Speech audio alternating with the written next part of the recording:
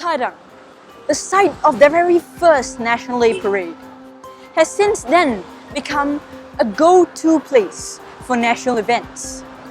But is that all there is to the Padang? From its roots in Iran to its uses in surveillance, there is much more to the Padang than meets the eye.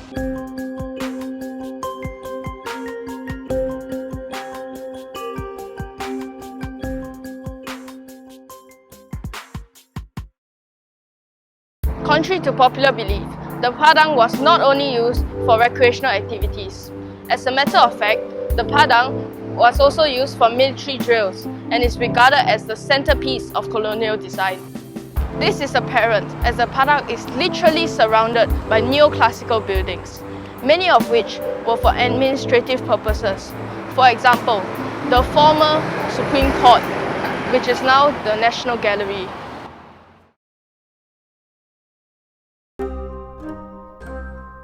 How did this affect the residents of colonial-era Singapore? That's why we asked an expert. Introducing Dr. Lai Chi Kian. Hi, I'm Chi Kian. He had written an article about the roots of the Padang and has agreed to help us. So when the British came to Singapore, they were already very experienced at colonizing areas and also how to govern them. Around the Padang, you can see a lot of neoclassical buildings. So these were built progressively to have this big facade of buildings. And this is, of course, to imbue a certain kind of awe for the native population, right? Essentially, what Dr. Lai just said was that the appearance of neoclassical buildings surrounding the Padang was by no means accidental. They were in fact created to influence the local residents of Singapore and to show that the British were superior. He also says that recreation played a role too. If there were games going on, of course, they would be playing these games according to rules.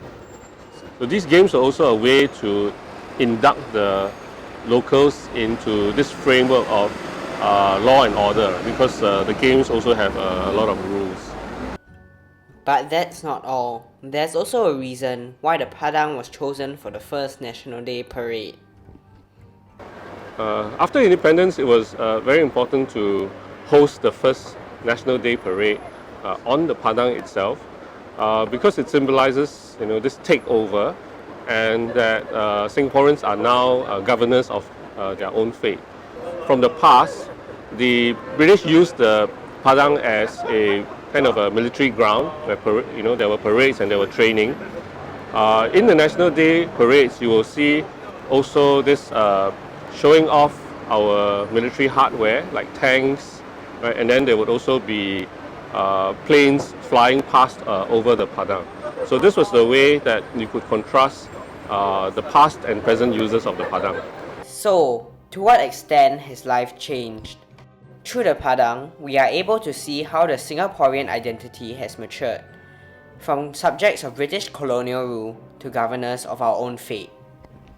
The Padang has become a symbol of Singapore's journey from a colony to an independent nation and has definitely affected many people's lives.